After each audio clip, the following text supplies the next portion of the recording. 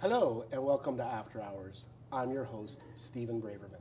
My guest today is Michael Isman, president of Royal City Jewelers and Loans in New Westminster. After starting in the family business at the age of 14, Mr. Isman bucked the trend of many family businesses by guiding Royal City Jewelers into a successful second generation. The Columbia Street storefront is now the largest single-store pawnbroker in Canada with a staff of 25 people. What's the secret to Mr. Isman's success?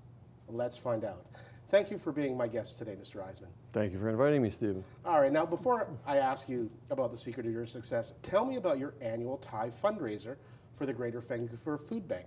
Who came up with the idea and how much has it raised? The original idea came from Ken Basso, who was our loans manager. And the idea was to solicit autographs on some neckties and then auction them for the food bank. And we've completed 17 auctions. We're into our 18th year, and we've raised approximately $200,000 for the food bank.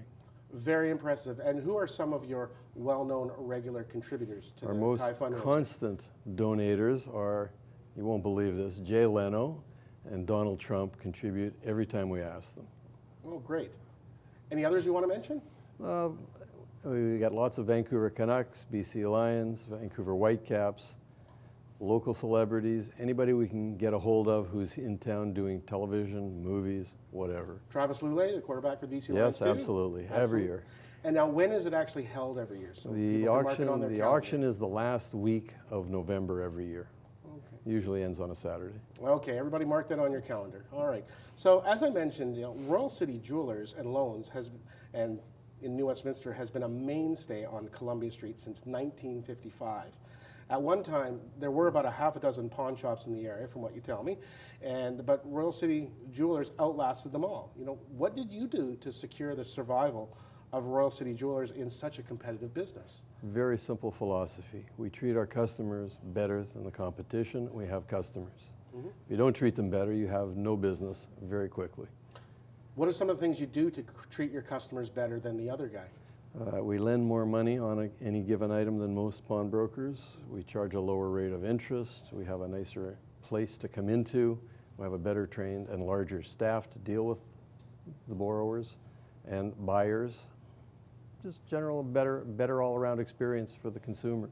You also promise half price on all jewelry. Could you Yes. tell me what that means exactly, half price on When all we jewelry? sell previously loved jewelry, we determine the average retail price in Greater Vancouver, divide by 2, that's our price.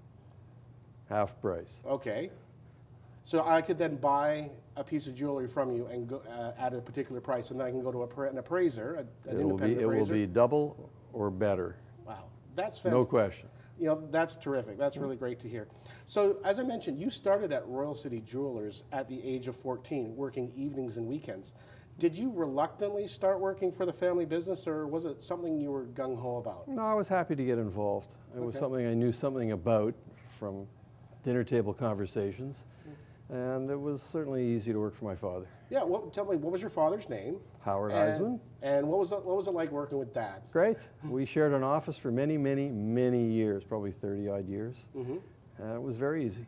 In fact, after university, I found it easier to work for him than for a stranger, and that's how I came to be full-time at Royal City. Here's what I was thinking after you told me that you started working for the family business at the pawn shop at the age of 14. I thought, okay, well, what are most options for a 14-year-old as far as part-time jobs go? And I was thinking paper route, Yes. maybe working in a restaurant flipping burgers, Or a busboy. or a busboy. And I thought, maybe working around a lot of really cool electric guitars and stereo equipment and gold and silver. I thought, that sounds like a pretty good option. You must have really It enjoyed was it being a young certainly guy. more educational because it was different people, different products, different issues all day, every day. Yeah. It was never the same day. So even though you could have committed yourself full-time to the family business after graduating high school, you did choose to attend the University of British Columbia, and you did earn a Bachelor of Commerce degree. Why was it important for you to get a university degree before actually committing to the family business full-time? I wasn't committed to the family business initially. Okay. I thought I would go out into the world of business and make my mark somewhere else. But the market at the time was fairly tight in the middle 70s, and I worked elsewhere for a year and then found it much easier to work for the family business. Mm-hmm. What do you think university education taught you and prepared you for? And I guess what I'm getting at is, what did you get out of your experience at university and getting the university degree? The Faculty of Commerce at the time was turning out junior executives for huge corporations, Mm-hmm. Procter & Gamble. They weren't geared to entrepreneurial efforts in the least. Mm-hmm. And we tried to change that at the time and got nowhere. Mm-hmm. But it was all for major corporations. Mm-hmm.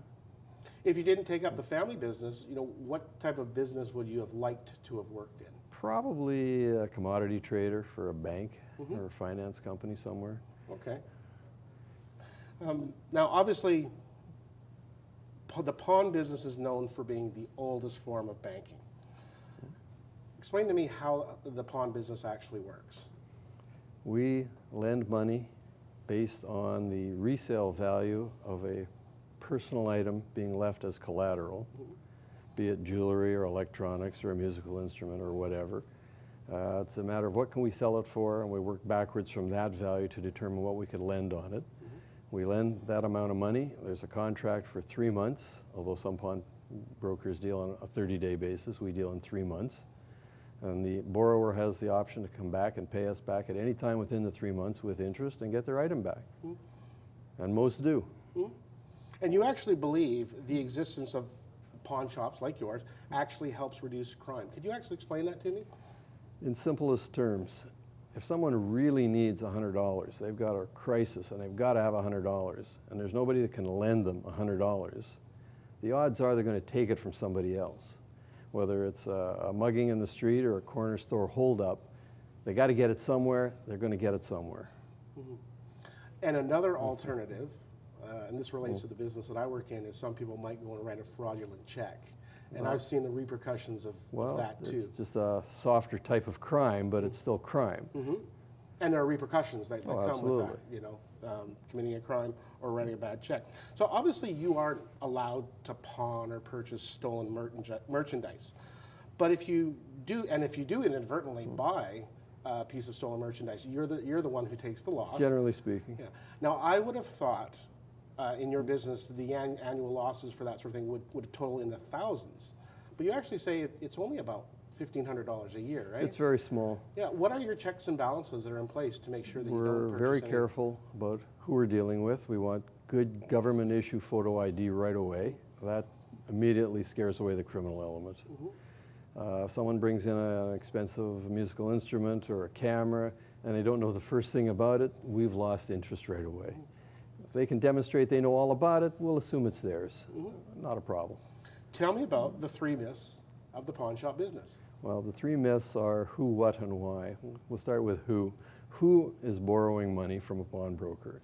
The public perception is it's really the down-and-out winos, alcoholics, drug addicts, and in reality, they really don't own anything of value anymore that they could borrow money on. We're really dealing with the upper lower class up through the middle class, people who have damaged credit or have reached the end of their existing credit and need something to tide them over till the next paycheck, generally speaking. So that's the first myth, right? Yes. What's the second myth? The what? The what? The what is public perceives us to be dealing in a lot of stolen property, and that's completely nonsense. Police departments get reports from pawn shops every day of every item that comes in. They know what to look for. If it's stolen, it's going to get picked up by the police right away. There's no two ways about it. And the odd item that we see has probably gone through 4 or 5 hands before it's reached us, and the person bringing it in has no idea it's stolen. We looked at our records and found that it's about 1 every 6,000 or 7,000 items turns out to be stolen. It's statistically 0. It's a non-starter to us. And the third is the why. The why. And people think people are just dumping goods, selling goods, getting rid of stuff. And that's also far from the truth. The bottom line is we're the lender of last resort. They want their goods back. They're borrowing money. We find that 94% of our loans get paid back and the goods go back to the owner. They're not dumping anything. That, of course, that 5 or 6% that's left behind is a mountain of stuff because of the volume we do, but 94% goes back to the borrower. Okay, so we've covered the 3 myths of the pawn business, right? Yes. Let's talk about what I've dubbed the 4th myth of the pawn shop business, and that's you telling me that television shows like Pawn Stars and other knockoffs are really nothing like the real pawn business, at least not in Canada. Explain to me the differences between pawn shop reality TV and reality. I was offered a Canadian version of Pawn Stars, and the first question I asked was, will everything be a setup and the way it is on the American show? And they answered, of course it will be. And I said, well, look, that stuff just doesn't walk in on a day-to-day basis. These are all rare and unusual items that we just don't see. We see the regular stuff, jewelry, musical instruments, television, stereos. And a reality show, I think, should have some bearing on reality, not on the producer's desire to create something. So I turned it down. You turned that down. I did. But you agreed to be on my show and our show Well, I here. think we're After talking Hours. about So reality, aren't we? Thank you very much for agreeing to do this. You know, that means a lot to me and everyone here on the crew that you would turn down something like that, but you'd come and talk to us for 30 minutes. I really do My appreciate pleasure. that. Yeah, I do still want to ask you a few questions because I do love the show Pawn Stars so much, but they do make it look like items of extremely important historical value come into a pawn shop on a daily basis.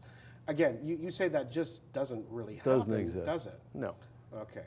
But you must have seen some interesting items that you value coming through the store over the years. I know that you're an art aficionado, for example, Yes. right? Tell me about some of the artworks that have come through the pawn shop that you as an art aficionado have really appreciated. Well, the most interesting piece was a very, very old Emily Carr watercolor that came in several years ago.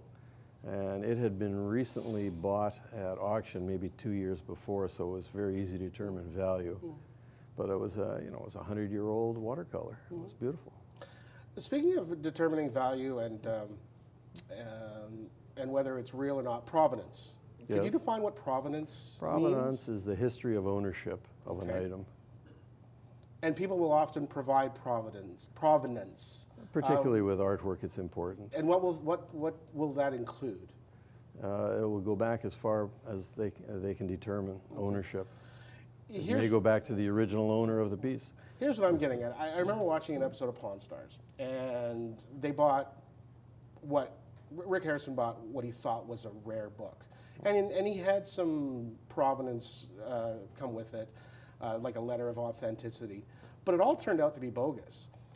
Here's my question. If someone sells something claiming it is something, and you buy it, do you have some recourse going back to that person and say, Generally. look, you said this was this, but it's not. Do you have some recourse as the buyer? Generally not. Generally not? Generally you still not. take the loss, eh? Yes. What, can you go to court at least? Oh, if or- you can find the person and you want to spend the time and the money to chase them, yes, you might get somewhere, but generally speaking, not worth the effort. Has that ever happened to you, actually? We are a natural prey for con men. They try, we have to be smarter. Have you ever had a samurai sword come through the place at Oh, all? sure, several. Several? How much are those things worth? Not very much in my books. Okay. Another thing that they buy on Pawn Stars quite a bit are guns. Again, this is a difference between Canada and the United States, right? You Yes. say that. How often will a firearm come through the store? I would say maybe one a month, and it's rifles and shotguns, not handguns. Are these old weapons that are antiques, or are Not, they? not they don't? generally speaking. Generally not. No. Okay.